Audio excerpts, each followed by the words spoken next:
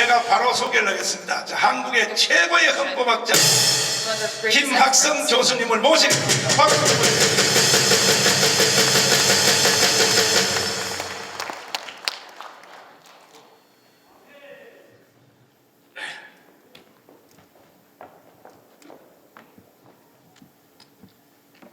어제 목사님께서 오늘 대구 경북 주제는 반주사파 또는 반나치에 관련된 것을 공통 주제로 하신다고 해서 제가 그 부분을 간단히 말씀 올리겠습니다.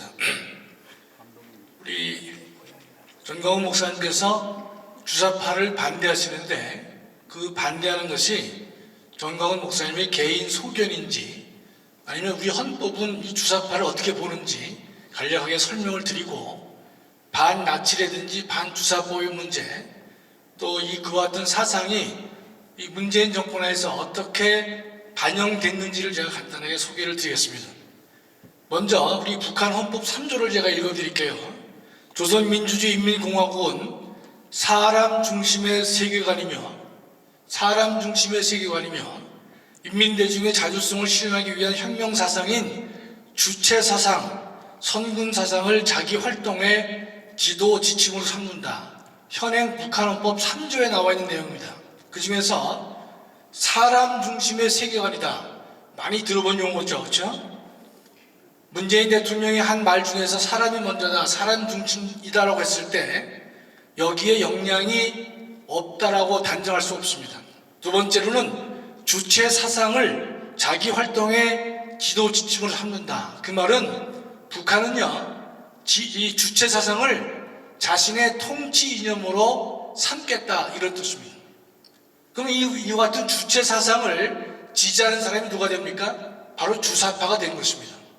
따라서 주사파를 우리 전광훈 목사님께서 목놓아 부르짖는 가장 중요한 이유는 목사님은 개인의 신념에 의해서 말씀하시지만 헌법적으로 본다 하더라도 주체 사상을 자기 활동의 지도 지침으로 삼고 있는 북한에 대해서 우리가 동의할 수 없다 이런 뜻입니다.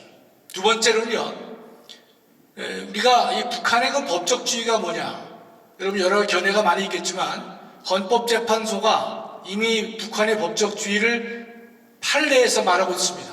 북한은 두 가지 지위를 갖고 있어요. 하나는 통일을 향한 협력자의 지위가 하나 있다.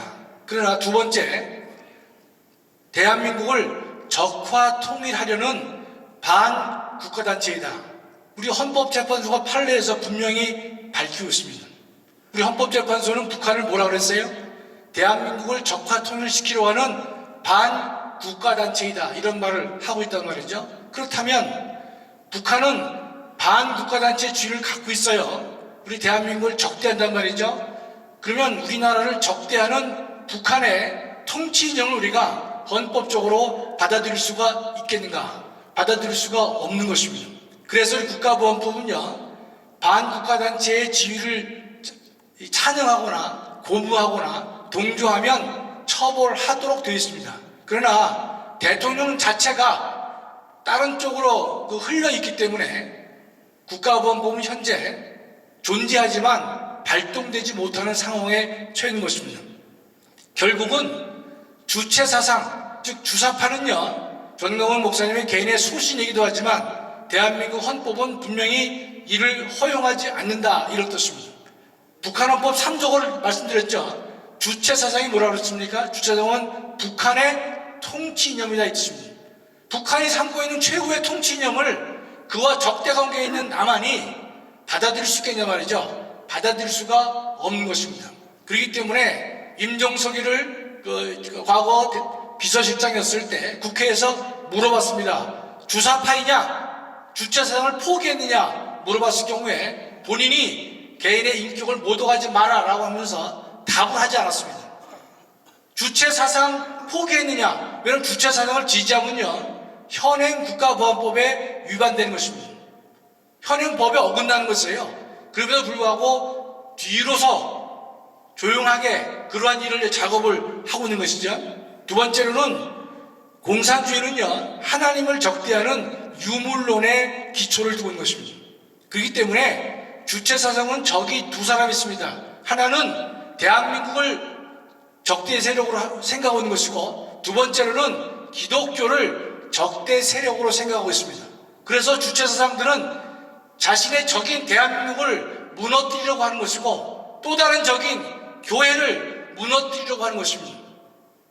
자, 이것은 우리 헌법적 입장에서 말씀을 드린 것이고요. 또 하나 부가해서 말씀드릴 것은, 대한민국은 모든 국민을 위해 헌법은 국민이라는 용어 하나만 씁니다.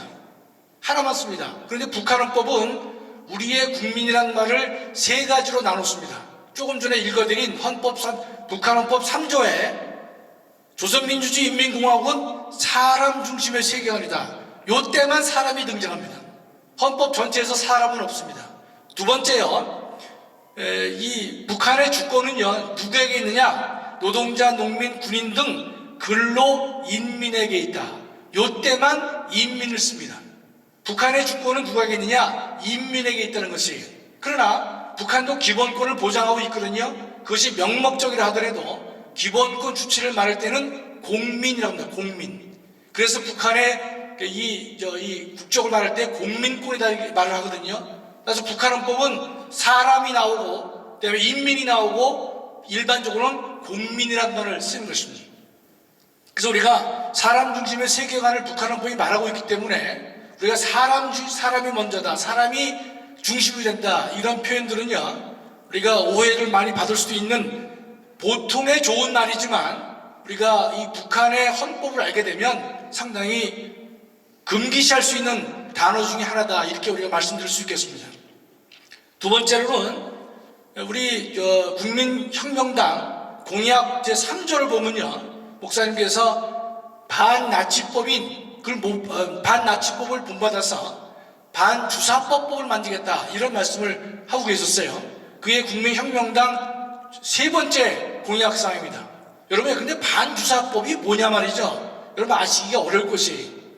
저도 작년 6월경에 국민혁명당 공약을 보면서 정광훈 목사님께서 반주사법이라는 말씀을 쓰셨는데, 이걸 얼마큼 정확하게 알고서 쓰시는 건지 제가 개인적으로 의문이 있었습니다. 저도 잘 몰랐기 때문에 그런 것입니다. 설명을 드리겠습니다. 독일은요, 그 반나치법이라는 것이 있습니다. 그런데 반나치법이라는 명칭의 법률은 없어요. 없고, 나치를 지지하는 사람들을 현행 독일 형법은요, 처벌하고 있습니다. 그것을 통틀어서 반나치법이라고 부르는 것입니다. 또 하나는요, 독일은 1998년도에 나치 하에서의 형사 불법 판결을 폐지하는 법률을 만들었습니다. 그게 1998년입니다. 그래서 우리가 학자들은 통칭해서 반나치법을 말할 때에는 형법 조항과 그 다음에 98년에 만들어진 이 형사 판결을 폐지하는 법률을 통칭해서 반나치법이라는 것입니다. 결국 정광훈 목사님께서 일찍이 반주사파법을 만드신다고 하는 것은 주사파 세력을 지지하는 사람들을 일정한 법령을 통해서 처단해야 될 것이다, 그 뜻을 통칭해서 반주사파법이라고 하는 것입니다. 목사님이 염두에 두시는 반주사법법은 단일 명칭의 법명이 아니에요. 그런 태도들을 우리가 처단해야 될 것이다. 그래서 우리가 자유민주주의를 더욱더 공고히 해야 될 것이다. 그런 의미에서 반주사법법을 언급하고 계신 것이고, 국민혁명당 공약 3조에 그 내용이 자세히 나와 있습니다. 간단히 독일의 예를 말씀드리면 여러분이 다 아실 텐데, 홀로코스트라는 영화도 보셨을 텐데, 홀로코스트는 원래가 대량 학살을 의미했습니다.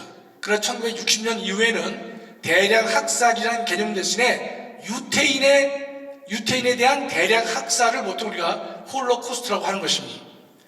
이 유태인의 대량 학살은요, 유태인이 600만이 죽었고 소수민족까지 하면 1천만에 해당하는 많은 사람들이 학살을 당하는 것인데, 그 학살은요, 히틀러 혼자 한 것이 아닌 것입니다.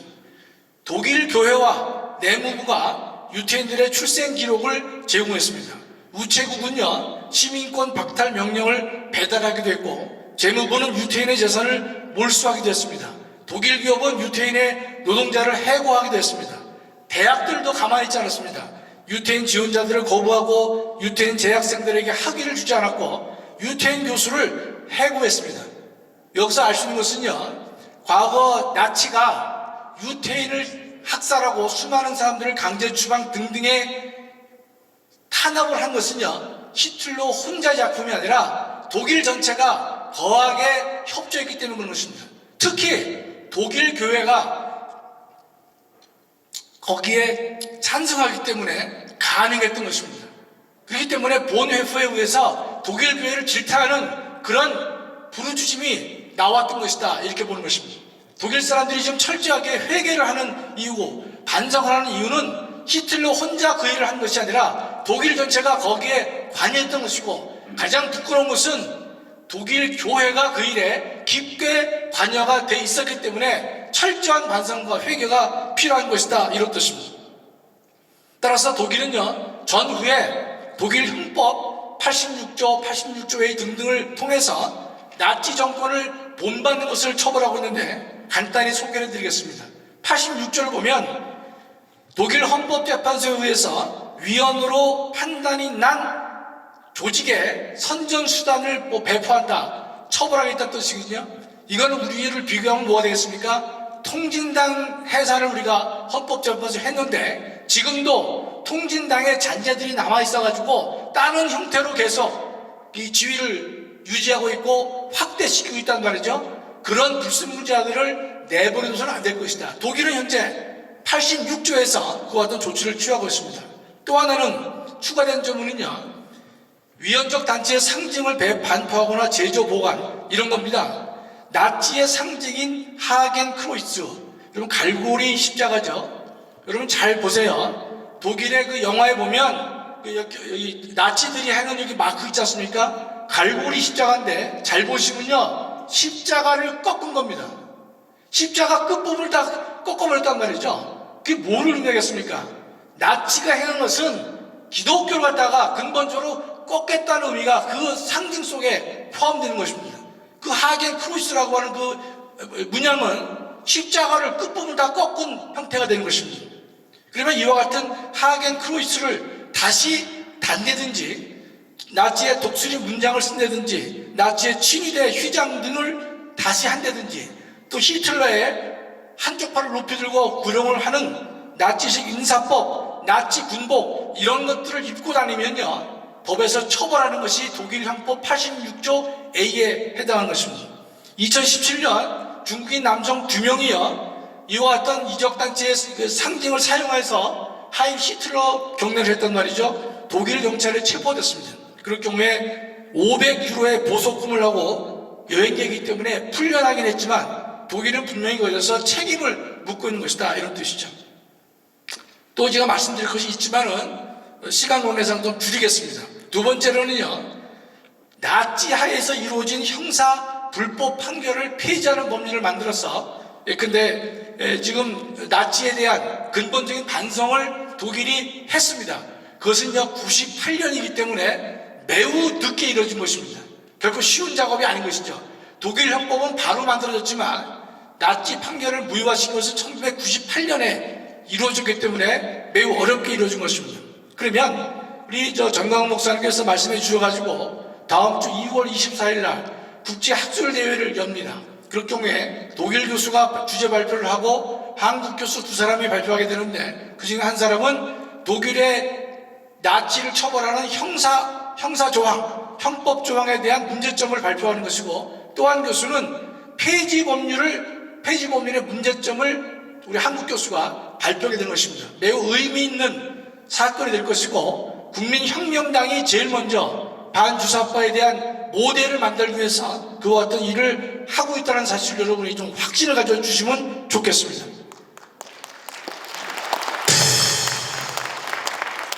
두 번째, 우리가 통탄할 일이 있습니다. 이 문재인 정권이 자행한 가장 나쁜 통탄할 일이 두 가지가 있는데, 하나는 20대 국회입니다. 2019년에요 민주당은 제주 4.3 사태에서 군법회의에서 유죄 판결을 받은 사람을 일괄 무효화시키는 법률을 국회에 낸 바가 있습니다. 다시 한번 말씀드려요. 제주 4.3 사태에서 군법회의에서 유죄 판결을 받은 사람이 대략 한 3,000명 됩니다. 사형, 무기, 징역 15년, 8년, 7년 등 3,000명이 되는 수용자들을요 일괄 무효화시키는 법률안을 국회에 냈습니다. 2019년이니까 문재인 정부였습니다. 그러나 자기 부하였던 법무부도 난색을 표했습니다. 어떻게 이걸 판결을 법률로 일괄 무효화시키느냐. 두 번째, 기재부도 돈이 많이 들기 때문에 어렵다라고 해서 그 법안은 자동 폐기가 됐습니다.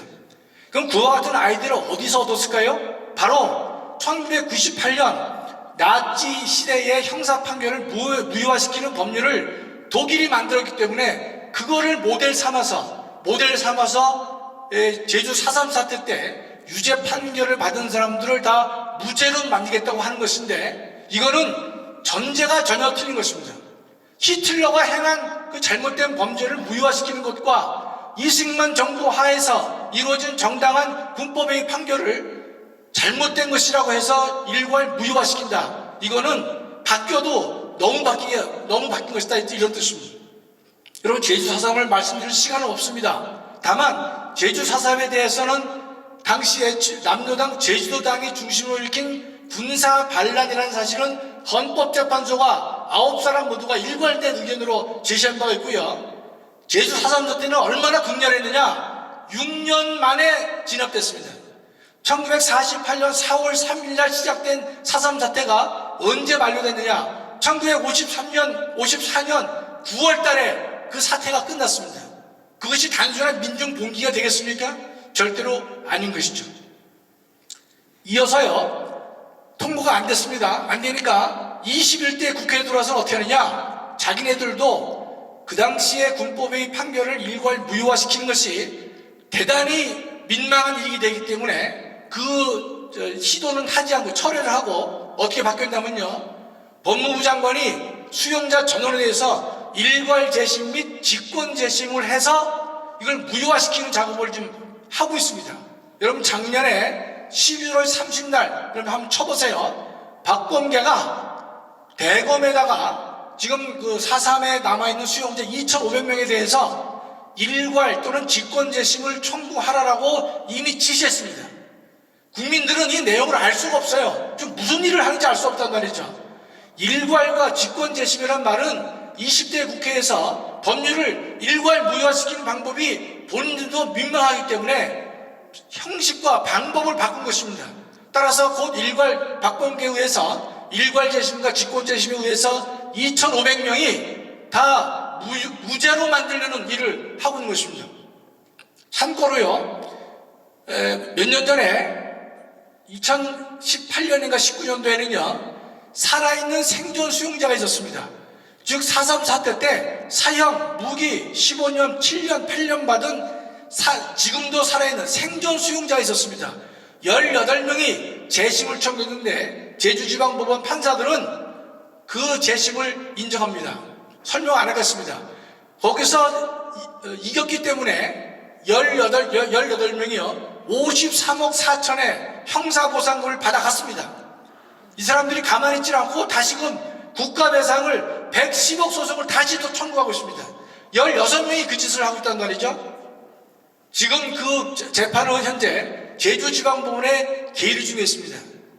바로 이어서요, 당시에 사망한 10명이 다시 수용자인데 사망했어요. 누가 청구했겠죠? 10명의 아들, 딸들이 재심을 청구했습니다.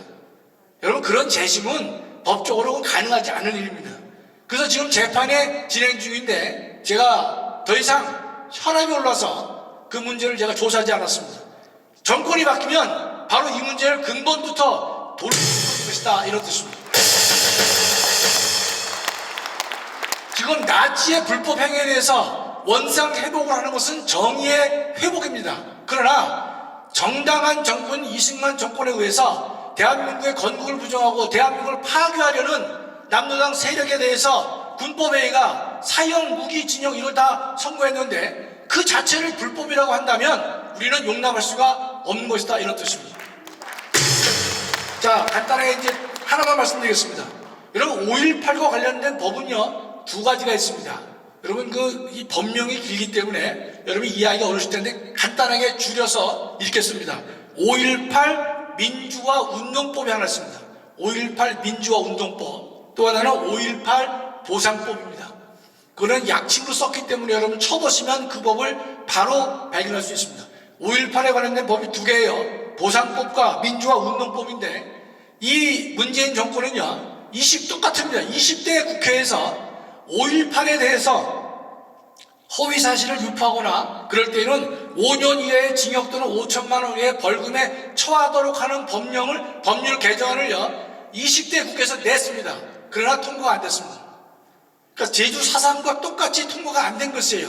그랬을 때 많은 학자들은 우려를 표했습니다. 예컨대 5.18의 문제는 아직도 해결되지 않은 상황이 많이 있음에도 불구하고 그를 일관해서 무조건 신문, 잡지, 방송, 전시물, 공연, 토론, 간담을 통해서 일체 비방하지 말라라는 법조문을 둔다고 하는 것은 대한민국이 보장하고 있는 표현의 자유를 근본적으로 해야 하는 것이고 학자들의 양심의 자유를 침해하는 것이기 때문에 허용될 수 없다라는 비판이 많이 있었습니다. 다만 20대 때는 자기들이 힘이 없기 때문에 통과가 안 됐는데 그 법안은요 21대 때 통과됐습니다. 통과돼서 현재 시행 중에 있습니다. 오늘 목사님 말씀 중에서 눈여겨보는 사람이 있겠죠. 그래서 목사님의 발언이 허위사실을 유포하는지 안 하는지 또 안 한다 하더라도 또 고발하고 하는 이런 인간들이 또 많이 있을 거란 말이죠. 그 법안이 현재 통과됐습니다. 20대 때는 안 됐는데 21대 됐단 말이죠. 제주 4.3에 관한 문제도 전체를 무효화시키는 법안은 통과가 안 됐지만 똑같은 내용이 똑같은 일괄 개심과 직권 제심을 통해서 전체를 무효화시키겠다 이런 것은 현재 통과가 되어 있는 상황입니다. 자, 우리가 그렇기 때문에 목사님께서 계속 목 놓아서 주사파 이거 척결해야 된다라고 하는 이유는요, 바로 주사파는 주체 사상을 신봉하는 것이고 대한민국 헌법의 적대적인 사상인 것이고 대한민국을 무너뜨리려고 하기 때문에 허용될 수 없는 것이다. 또 목사의 입장에서 봤을 때는 주사파 세력은 공산주의 이론을 기초로 하고 있기 때문에 유물론 사상인 것이고 하나님을 적대하는 것이기 때문에 도저히 용납될 수 없는 것이다. 그래서 목 놓아 부르짖고 계신 것입니다. 그래서 우리가 국민혁명당이 주체가 돼서 반주사파법을 만들어서 대한민국을 부정하고 교회를 적대시하는 이러한 사상에 대해서는 우리가 엄중하게 책임을 물어야 될 것이다 하고 있는 것입니다. 감사합니다.